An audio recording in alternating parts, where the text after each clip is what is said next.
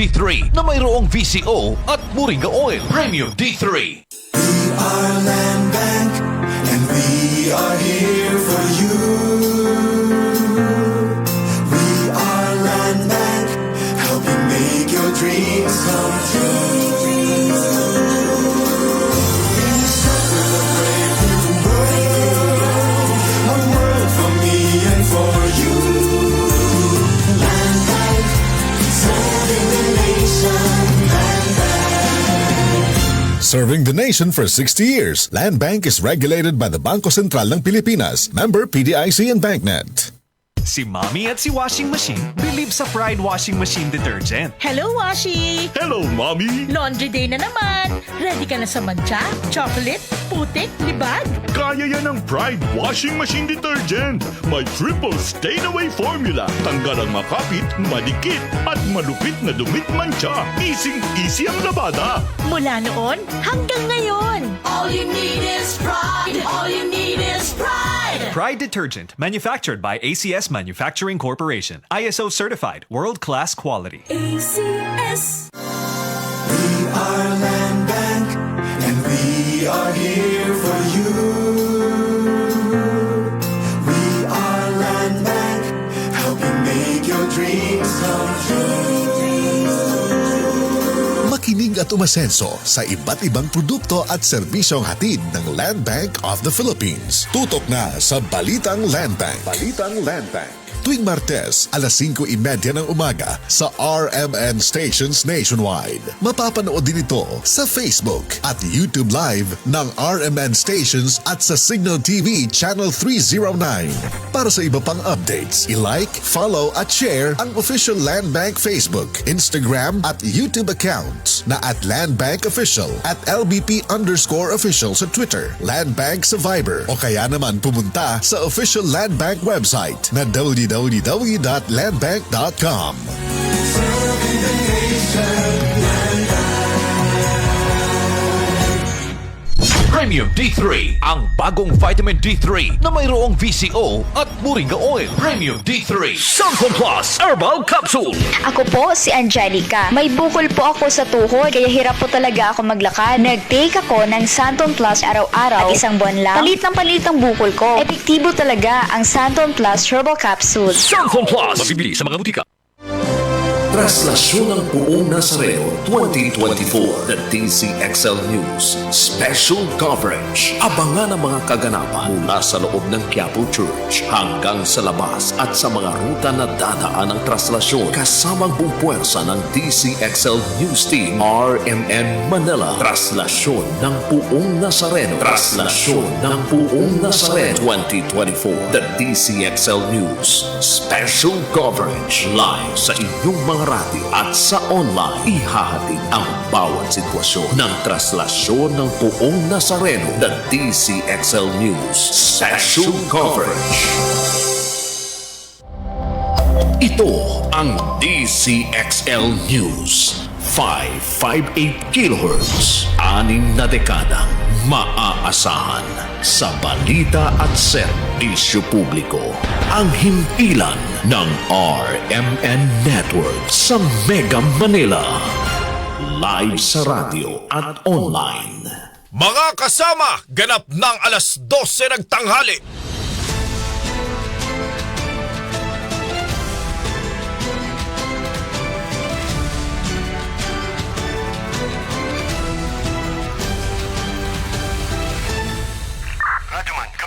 Live pong napapakinggan Radyo Man, sa live Luzon, dito. Visayas, Mindanao. Narito na ang mahahalagang kaganapan sa loob at labas ng bansa. Unang-una mong narinig Sabayan na po tayong napapakinggan sa 65 RMN stations nationwide. Nandito tayo ngayon sa Ilagang Signal TV Channel 309 Aris Gapon kita diri. at sa WRMN New York, USA. Wala pang ibang reporter dito. Napapanood din tayo sa YouTube at Facebook channel ng RMN Worldwide. Mula po sa RMN Broadcast Studios, Atlanta Center, Manila. Narito ang inyong kasamang tagapagbalita. RMN Network News. Magandang tanghali mga kasama, ika-siyam na araw ng Enero, taong 2024, araw po ng Martes. Kasama niyo na po Radyo Man Drew San Fernando. At ako naman si Radyo Man El Maracol. At narito na po ang ulo ng mga maiinit na balita. Mga debotong lumahok sa traslasyon ngayong taon. Umabot na sa mahigit 1 milyon ayon sa Quiapo Church. Isang buntis na hilo habang may batang nadulas naman at nabagok ang ulo sa gitna ng traslasyon. Sa ibang headlines naman, bilang ng mga Pinoy na walang trabaho sa bansa bumaba noong Nobyembre na nakalipas na taon ay talang unemployment rate pinakamababa sa loob ng halos 19 na taon. Supply ng kuryente sa Panay Island stable na matapos ang malawakang brownout noong ika-2 ng Enero. Investigasyon tatapusin agad. Ang PBOX naman ibinaba na sa magnitude 6.7 ang magnitude 7.1 na lindol na naramdaman sa Rangani, Davao Oriental kaninang madaling araw. Tumamang lindol mula raw sa trench sa Indonesia. Para sa balita sa ibayong dagat, bilang ng mga nasawi sa Liberia tanker explosion pumalo na sa 74. Sa sports balita naman, NBA top team na Boston Celtics abay nasilat ng Indiana Pacers ang Bulls sa Thunder Wagirin. Para sa entertainment news, Julia Barreto at Gerald Anderson, totoo bang nagpakasal na raw sa Las Vegas? At narito na po ang maiinit na detalye ng balita. Network News. Umabot na sa mahigit 1 milyong mga deboto ang lumahok sa Traslasyon 2024. Ayon sa pamunuan ng Quiapo Church, as of 10 a.m. kanina ay nasa mahigit 1 milyong deboto na ang lumahok sa prosesyon. Habang mahigit 60,000 naman ang nasa Quiapo Church para dumalo sa tuloy-tuloy na isinasagawang misa. Inaasahang patuloy pang bubuhos sa mga deboto hanggang sa makarating ang imahe ng itim na Nazareno sa Quiapo Church. Mabilis ang galaw ng prosesyon ng itim na Nazareno na nagsimula kaninang bago mag alas 5 ng umaga sa Quirino Grandstand. Posibleng mas mapaga ang pagtatapos ng prosesyon at hindi naaabuti ng hating gabi gaya ng mga nakaraang traslasyon. Network News. Sa kaugnay pa rin nga balita, mayroon namang buntis na nahilo, mayroong batang nadulas at nabagok pa ang ulo habang sumasali sa traslasyon. Ilan na kaya mga individual ang sumama ang pakiramdam? May detalye niya, nakatutok pa rin dyan si Radyo Man Rhea Mamogay Su. Live report. Nakapagtala na ang Philippine Red Cross ng 300 mga individual na humingi ng kanilang medical assistance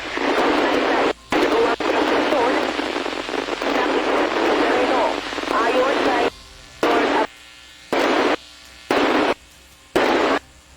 Abrigado Safety Service Manager ng Philippine Red Cross. Sa daang mga binigyan ng medical assistance ay 12 ang nagtamo ng minor injuries habang 2 ang major cases. Ang 2 major cases ay buntis na kabuanan ay nahilo habang nakikiisa sa traslasyon. Ang isa naman ay batang nadulas at nabagok ang ulo. Sila binigyan ng first aid ng Red Cross na kapwa dinala na sa Philippine General Hospital para sa patuloy na gamutan. Sa ulat pa ni Abrigado na karamihan sa mga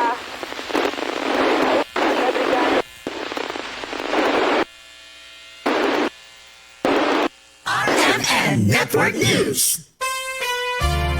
Babalikin na lang natin ang ulat na yan ni Rhea Mamogay. Samantala, ilang mga deboto umaasang makakabalik ng mas maaga ang andas ng Poong Itim na Nazareno sa Quiapo Church ngayong Traslasyon 2024. Kasama natin sa balita si Radyo Man Jill Emprido.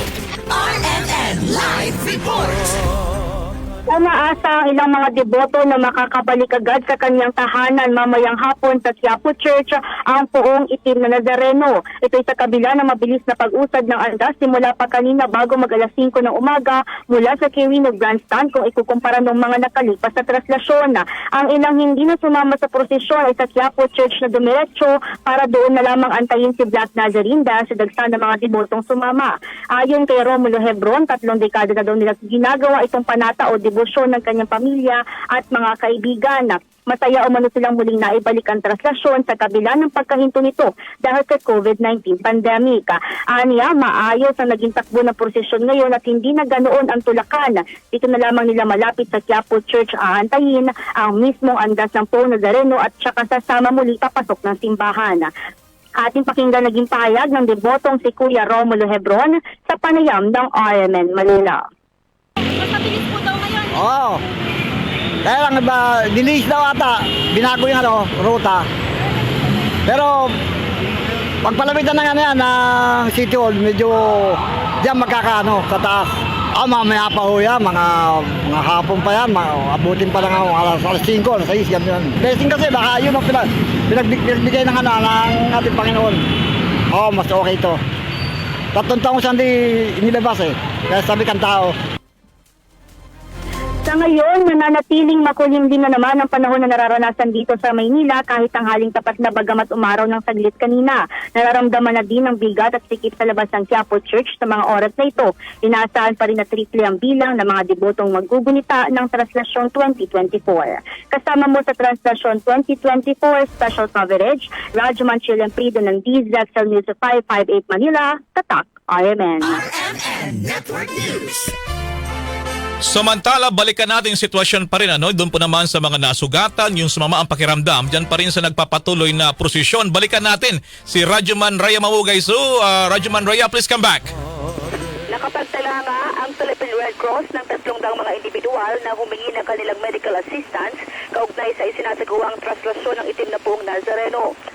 Ayon kay J. Lord Abrigado, Safety Services Manager ng Philippine Red Cross, na sa bilang na 300 mga binigyan nilang medical assistance ay 72 ang nagtamo ng minor injuries habang 2 ang major cases. Ang 2 major cases na aniya ay ang buntis na kabwala na ay nahilo habang nakikiisa pa rin sa traslasyon. Ang isa naman ay batang nadulas at nabagok ang ulo. Sila ay binigyan ng first aid ng Red Cross na kapwa dinala na sa Philippine General Hospital para sa patuloy na gamutan.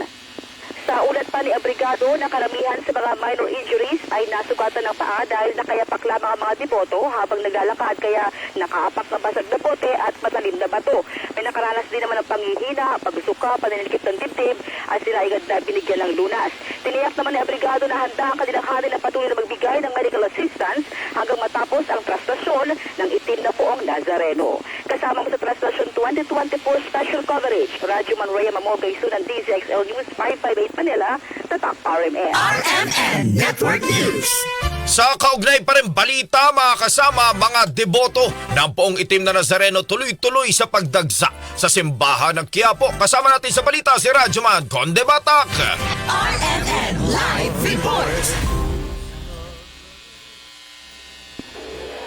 Tuloy-tuloy pa rin ang pagdagsa ng mga tao na nagsisimba dito sa Quiapo Church kasabay ng pagdiriwang ng pistahan ng poong itim na Nazareno. Patuloy ito na kahit nagkaroon ng kaunting pagbabago sa lituntunin ng traslasyon ay nananatili pa rin ang masiding debosyon ng mga mananampalataya sa poong itim na Nazareno. Oras-oras yung misa dito sa Minor Diocese Basilica ng Black Nazarene at kada tapos ng misa ay napapalitan agad dito ng mga bagong batch ng mga deboto. Ang ilan sa mga deboto piniling dito na lamang sa Quiapo Church dumiretso na bukod sa pagsisimba ay dito na lamang hintayin ang pagpasok ng poong itim na Nazareno na inaasahang bago magmadaling araw ay darating na dito sa simbahan. Ang mga deboto ay kanya-kanya ng kanilang panalangin ng kahilingan para sa paggaling sa karamdaman, negosyo, kalusugan, pamilya at pasasalamat sa mga biyayang natanggap sa mga nakalipas na taon. Samantala, kasabay ng kapistahan ay buhay na buhay din ang mga negosyo dito sa paligid ng Quiapo Church kung saan maraming nagtitinda ng pagkain, memorabilia ng poong itim na Nazareno at iba't ibang religious items. Kasama mo sa Traslasyon 2024 special coverage, Rajuman Conde Batak, Tatak, RMN. RMN Network News. Samantala, habang umiikot po itong imahe ng pong Nazareno sa labas, dyan naman sa Quiapo Church ay posible daw maibalik bago naman maghating gabi. By detalye niyan, si Rajuman Angel Ronquillo. RMN Live Report. Posible nga maibalik na sa simbahan ng Quiapo ang imahe ng itim na Nazareno bago mag-alas 6 o mag-alas 7 ng gabi. Ayon kay President Colonel Leandro Gutierrez, ang Station 3 sa Tagus Mother, base ito sa tansya ng mga igos na naghahatag sa andas. Aniya mabilis ang pusad ng prosesyon dahil mayroong salamin ng poon dahilan para hindi ito masampahan ng mga deboto. Wala din aniya kaitatalang aberya sa prosesyon kung kaya't posibleng maaga itong maibalik sa simbahan. Nagkakaroon lamang ng pagbabagal sa prosesyon kooperasyon sa mga maliliit na eskalita tulad sa Fraternal at Vergara. Malaking tulong din, Ani Gutierrez, ang kooperasyon ng mga deboto sa mabilis na pag-usad ng andas. Kasama mo sa Translasyon 2024 Special Coverage, Radyoman Angel Orquillo ng DZXL News 558 Manila, Tatak Arimen. RMN Network News. Sa patuloy pa rin balita mga kasama, ilang deboto nananatiling nag-aantay sa Arlegues Street. Kasama natin sa balita si Radyoman Eman Mortega. RMN Live Report. Masyaga pa nga din naghihintay ang ilang mga deboto sa kanto ng Arlegues Street at Picasal Street para sa pagdaan. Sure, nabatid na halos lahat sa kanila ay naabangan at ayos makita ang andas ng Puong Itim na Nazareno. Dumagsa ang ilang deboto dito dahil iginit nila na mahirap na makipagsabayan lalo na dumadaan ngayon sa maliliit na kalsada ang traslasyon. Ilan sa kanila ay sinasabing sasabihan nila ang andas kapag medyo maluwag na ang mga kalsada na daraanan nito hanggang sa makarating ng San Sebastian Church para magsagawa ng patunaw. Ang iba naman ay nagpaplano na lamang na abangan ang andas sa simbahan ng Quiapo kung saan babalik na lamang sila kapag malapit na ito.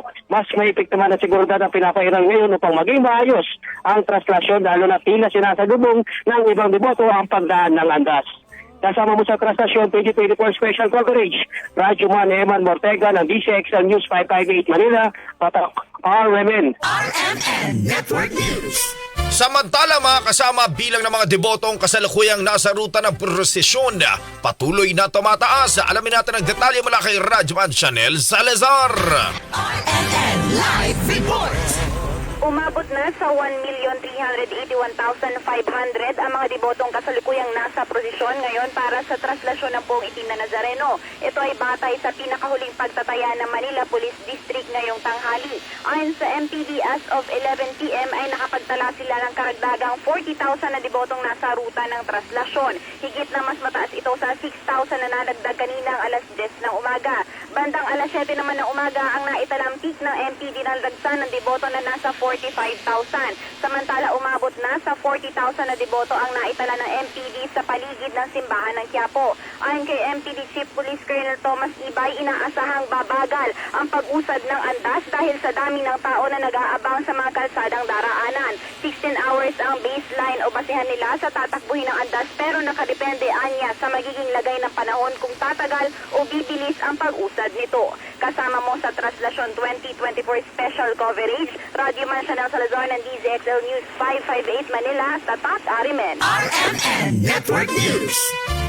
Hindi lamang dito sa Metro Manila merong traslasyon, dumako tayo dyan sa Northern Mindanao, meron ding traslasyon 2024 ang Puong Itim na Nazareno dyan sa Cagayan de Oro City na payapa pong idinaraos. Mula sa Reming Cagayan de Oro, may detalye niyan si Radyoman Menzi Montis.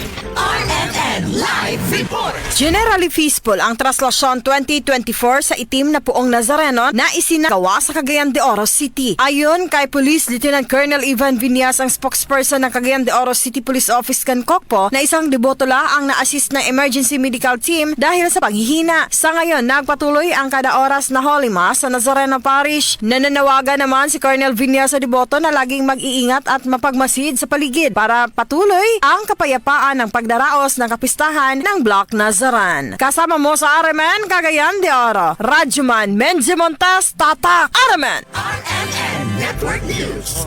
Mula Cagayan de Oro, dumako naman tayo sa Maynaga. Imahe ng Itim na Nazareno sa Naga patuloy na dinudumog. Kasama natin mula sa RMN Naga, si Radyoman Kevin Alba.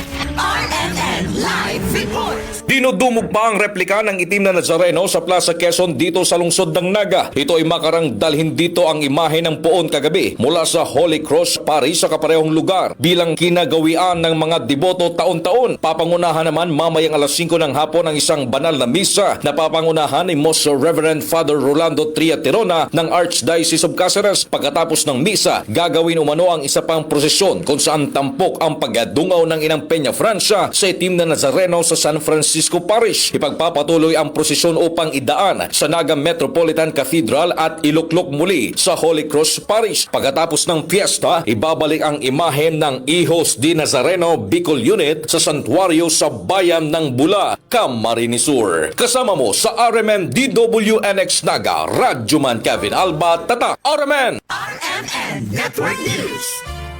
Mula dyan sa may bahagi ng Camarines Sur, dumako naman tayo sa Capiz. Dandang mga deboto naman dumadalo rin sa pagdiriwan ng pista ng Team Nazareno dyan sa Rojas City. May detalye ang IFM Rojas sa magitan ni Radyoman Joshua Kenneth Anas. RMN Live Report. Pinangunahan mismo ni His Excellency Most Reverend Victor B. Bendico Didi ang isinagawang misa kasabay ng selebrasyon ng pista ng Puong Itim na Nazareno sa Rojas City, Capiz. Daan-daang deboto ang dumalo sa misang ginanap sa Jesus Nazareno Mission Station dito sa lungsod. Kahapon ay dinagsa naman, ngunit naging matiwasay ang pagbabalik ng lokal na bersyon ng traslasyon makalipas ang higit 2 taong pagpapaliban dito dahil sa pandemya na sinundan ng Vespers Mass. Tumagal ng halos 1 oras ang aktibidad kung saan isinabuhay ang paglilipat sa Puong Nazareno mula sa Immaculate Conception Metropolitan Cathedral papunta sa Jesus Nazareno Mission Station. Naging katuwang ng simbahan sa pagpapasiguro ng seguridad sa selebrasyon ang lokal na pamahalaan ng lungsod ng Rojas. Kasama mo sa RMN DYVR at IFM Rojas, Idol Joshua Kenneth Anas. Tatak RMN! RMN Network News. Samantala, mga deboto dumagsa sa simula ng kapistahan ng Itim na Nazareno dyan naman sa may Davao City. Kasama natin mula sa RMN Davao si Radyoman Kirby Manzon. RMN Live Report. Sinimula na ang iilang mga aktibidad sa kapistahan ng Itim na Nazareno dito sa Davao City ngayong araw, Enero 9, 2024. Dinaluhan ng daan-daang deboto ng Puong Itim na Nazareno ang traslasyon mula sa San Alfonso Maria de Ligori Parish sa Barangay Mandog dito sa Davao City patungo sa Our Lady of Pinafrancia Chapel sa Deca Homes Esperanza sa Barangay Tigato dito sa lungsod. Alas 8 kaninang umaga nang isinagawa ang solemn translasyon na procession at alas 10 ng umaga naman ang Misa Nazareno. Mamayang alas 6 ng gabi ay magsasagawa rin ang Misa Nazareno sa simbahan. Samantala, sa may San Pedro Cathedral dito sa downtown area ay mahigpit na ring seguridad ang ipinapatupad ng kapulisan kung saan alas 3 mamayang hapon ay magsasagawa rin ng prosesyon. Magpapatupad din ang San Pedro Police Station ng one entrance, one exit policy at ipinagbabawal din ang pagdadala ng backpack at pagsusuot ng jacket sa loob ng simbahan. Kasama mo sa RMN DXDC Davao, Radyoman Kirby Manzon. Tatak RMN! RMN Network News. Mga kasama, sa ibang balita naman, bumabang bilang ng mga Pinoy na walang trabaho sa bansa noong Nobyembre na nakalipas na taon. Batay sa resulta nilabas ng Labor Force Survey ng Philippine Statistical Authority o PSA, bumaba sa 3.6% ang unemployment rate ng buwan ng Nobyembre, mas mababa kumpara sa 4.2% rate naman iniulat noong Oktubre ng nakalipas na taon. Katumbas ito ng 1.8 milyong walang trabahong manggagawang Pilipino, edad 15 anyos pataas mula naman sa 51.4 milyong mga Pinoy na nasa labor force. Mas mababa ito sa netalang 2 milyon na mga noong Oktubre at mas mababa rin ng 350,000 kumpara naman sa 2.1 milyon na mga jobless persons noong November na nakaraang taon. Ayon kay PSA Chief at National Statistician Claire Dennis Mapa, ibig sabihin nito, 36 katao na lang mula sa 1,000 individual ang walang trabaho o kabuhayan noong nakalipas na buwan ng Nobyembre. Ito na ang pinakamababang unemployment rate na natala naman sa Pilipinas simula taong 2005 o sa loob ng halos 19 na taon. Samantala, mas dumami naman ang mga Pilipinong underemployed o yung mga Pinoy na nagnais pa rin ng karagdagang kita o trabaho noong Nobyembre. Mayroong 5.7 milyong mga underemployed sa buwang iyon na mas mataas naman sa 5.6 milyon noong buwan ng Oktubre.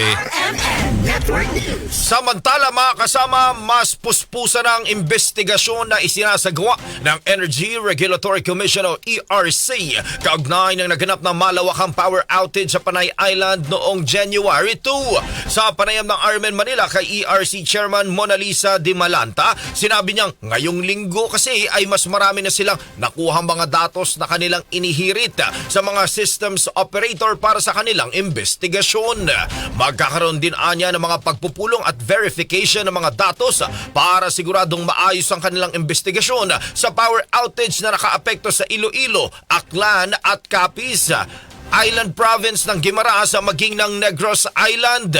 Dagdag niya, nakatutok pa rin ang ERC at Department of Energy sa report ng National Grid Corporation of the Philippines o NGCP sa kanilang isinasagawang investigasyon at tiniyak na mapapanagot ang mga sangkot sa malawakang brownout.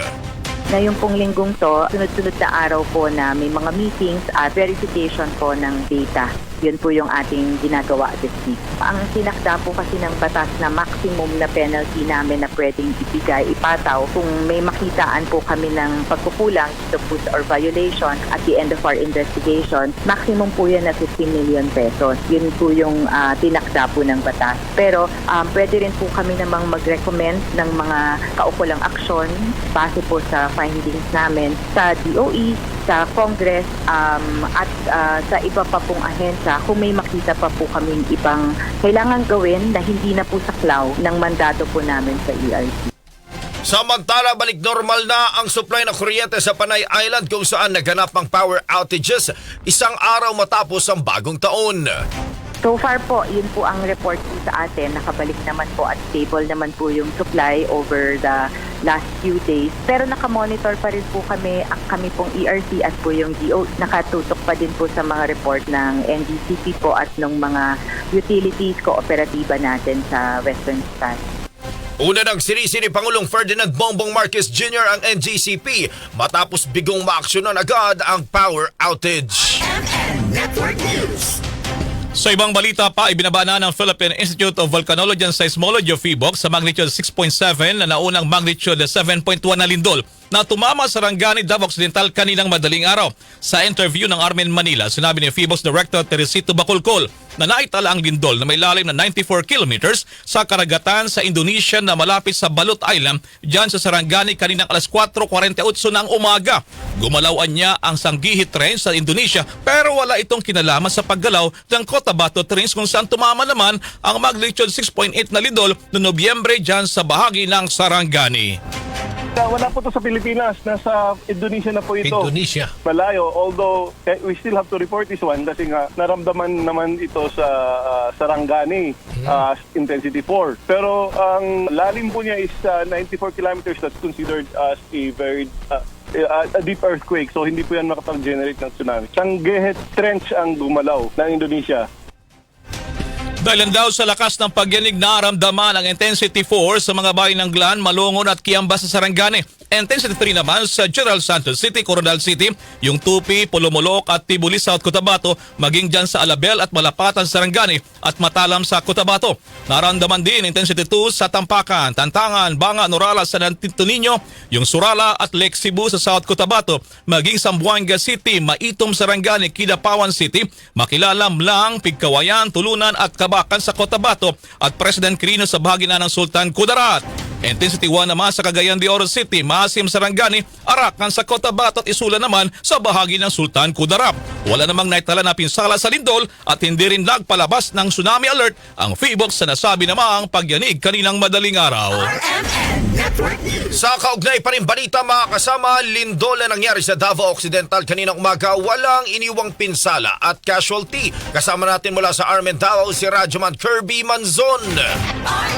Live report. Kinupirma ng Office of the Civil Defense o OCD-11 na walang naitalang danyos at casualty kasunod ng lindol na sumentro sa Balut Island, Sarangani sa Davao Occidental alas 4:48 kaninang madaling araw. Sa panayam ng DXDC Armen Davao kay Franz Irag, ang Information Officer ng OCD-11, sinabi niyang naramdaman ng mga probinsya sa Davao Region ang pagyanig kung saan Intensity 2 ang naramdaman sa Davao City, Intensity 3 sa Davao del Norte, Intensity 2 to 3 sa Davao del Sur, Intensity 3 naman sa Davao Occidental, Davao de Oro at Davao Oriental. Ipinaalala naman ni Irag sa publiko ang kahalagahan ng pag-perform ng duck cover and hold sa panahon ng pagyanig upang maiwasan ang aksidente. Ayon sa OCD-11 official na nakatutok ngayon ang ahensya sa pagsasagawa ng nationwide simultaneous earthquake drill sa mga paaralan upang masanay ang mga estudyante kung ano ang gagawin sa panahon ng lindol. Samantala, sinabi ng OCD-11 na hindi naman magkokonekta ang pagyanig kaninang madaling araw sa pagdagsa ng mga isda sa Maasim, Sarangani Province kung saan paliwanag ng Bureau of Fisheries and Aquatic Resources o BFAR na nagkaroon ng upswelling dahilan na ang mga isda ay umabot sa baybayin. Kasama mo sa RMN DXDC Davao, Radyoman Kirby Manzon. Tatak, RMN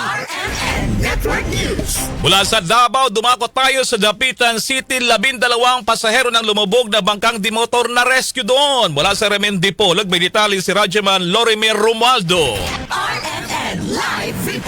Na-rescue ng Philippine Coast Guard Southwestern Mindanao Zamboanga del Norte Station na nasa 12 pasahero na sakay ng isang motorbangka na lumubog sa karagatang sakop ng Dapitan City. Ayon sa investigasyon ng Philippine Coast Guard, pabalik na ng Silinog Island sa Dapitan ang mga biktima mula sa sentro ng Dapitan City na bumisita sa Rizal Shrine nang masira ang sinasakyang bangka dahilan upang ito ay lumubog. Nasa 8 adult, 2 bata na may edad 3 hanggang 4 na taong gulang at 2 infant ang mga biktima na agad i-turn over sa Dapitan City Disaster Risk Reduction and Management Office upang mabigyan ng dagdag na assistance. Kasama mo sa DXDR RMN Dipolog, Radyoman Lorimi Romualdo, Tatak RMN. Samantala, senior citizen patay matapos matrap sa nasusunog na bahay dyan naman sa may Pagadian City. Kasama natin mula sa RMN Pagadian si Radyoman Kenneth Bustamante. RMN Live Report. Natagpuang patay sa loob ng kanilang bahay ang isang babaeng senior citizen matapos matrap ng sumiklamang sunog sa Pagadian City. Kinilala ang nasawi na si Rosemary de la Cruz, 67 anyos, taga-barangay Balintawak, Pagadian. Sa paunang investigasyon, nagsimulang sunog alas 2 ng madaling araw at nang sumiklab ang apoy, tumakbo umano ang biktima patungong banyo at doon na nakita sa loob ng banyo ang bangkay nito na nakabalo sa isang basang tela. Kabilang sa nasunog ang 2 motorsiklo at mga mahalagang gamit ng pamilyang de la Cruz. Swerte namang nakalabas pa sa nasusunog na bahay ang 3 apo at isang anak ng biktima. Inimbestigahan pa ng Bureau of Fire Protection Pagadian ang insidente. Kasama mo sa DXPR RMN Pagadian, Radyoman Kenneth Bustamante, Tatak RMN. Network News. Mga kasama, balita sa ibayong dagat, tinawag ni Pope Francis na deplorable ang pagsasagawa ng surrogacy. Ito yung pagdadala ng isang babae ng anak ng ibang tao. Kung ito nanawagan din ng Santo Papa sa kanyang mga New Year's address sa Vatican ng pagkakaroon ng global ban sa surrogacy. Sinabi niya na dapat protektahan ang buhay ng isang bata at hindi dapat sugpuin o gawing isang object of trafficking. Ibinahagi niya na nagdudulot daw ng banta sa global peace at human dignity ang paggamit ng commercialization sa pagbubuntis, kaya tinihimok niya ang international community ipagbawal ang gawain ito sa buong mundo. Legal naman ang altruistic surrogacy sa Belgium, Netherlands, UK, Canada, Brazil at Colombia, samantalang pinapayagan ang commercial surrogacy sa ilang mga estado sa Amerika. Sa ibang balita naman mga kasama, pumalo na sa 74 mula sa 4 na po ang bilang naman nasawi naman sa naganap na pagsabog ng petrol tanker sa Central Liberia nitong nakalipas na Disyembre. Tinatayang nasa 4 na pong kataong agad na nasawi pagkatapos ng pagsabog, habang din lang iba sa mga ospital at karamihan dito ay namatay din na naman sa mga tinamong mga pinsala.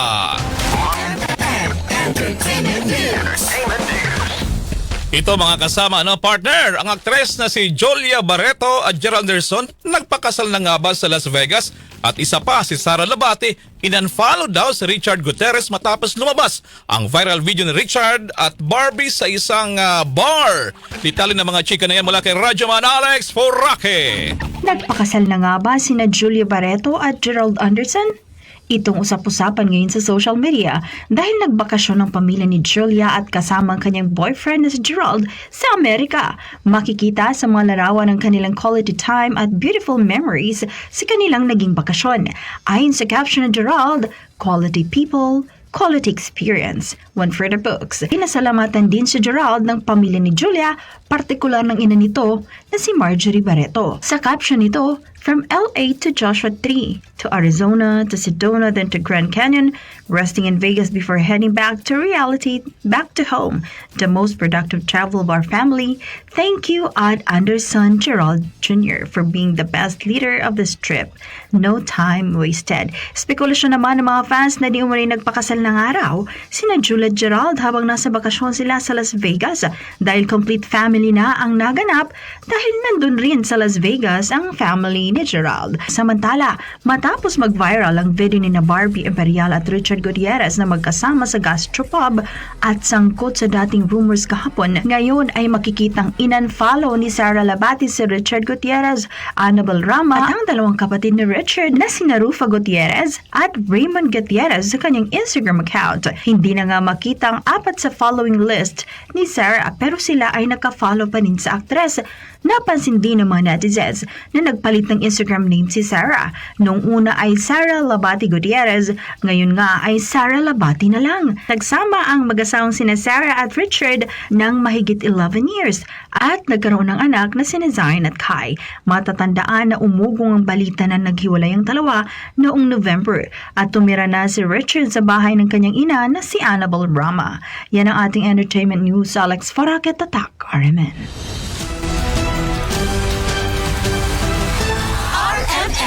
Network News. At sumayin niyo po ang mga nangungunang balita. Ako po si Radyoman Drusen Fernando. At ako naman si Radyoman El Maracol. Mula po sa RMN Broadcast Studios Atlanta Center, Manila, sa mga taga-Naga, marhay na hapon, Diyos mabalos. Inyo pong natunghayan ang RMN Network News. Malaki ang tumutok para huwag mahuli sa maiinit na mga balita at impormasyon. Reaching millions nationwide and worldwide for more than 70 years. Tatak RMN. Mga kasama, oras 12:32 na.